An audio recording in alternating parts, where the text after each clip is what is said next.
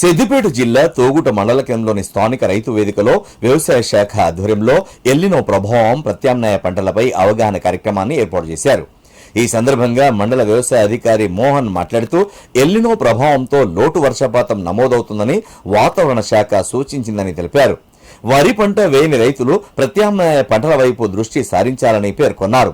వరి పంటకు బదులుగా ప్రొద్దుతిరుగుడు, మొక్కజొన్న, శనగ, కందుల పంటలను సాగు చేస్తే రైతులు అధిక లాభాలను ఆర్జించవచ్చని తెలిపారు. రైతులకు ఈ విత్తనాలను కూడా సబ్సిడీ రూపంలో అందజేస్తున్నట్లు తెలిపారు.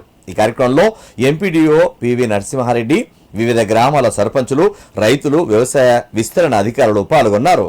తూగుట రైతు వేదికలో గౌరవ జిల్లా కలెక్టర్ గారి ఆదేశాల ప్రకారం ఈ ఎల్నినో ప్రభావంతో మనకు లోటు వర్షపాతం వల్ల రైతులకు ఈ ప్రత్యామ్నాయ పంటలు మరియు నీటిని ఏ విధంగా సమగ్రంగా ఉపయోగించుకోవాలనే విధానాల మీద మనం ఇవాళ రైతు వేదికలో మీటింగ్ పెట్టుకోవడం జరిగింది.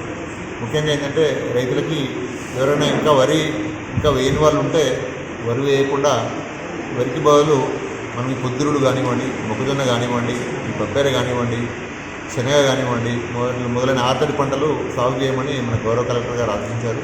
అదేవిధంగా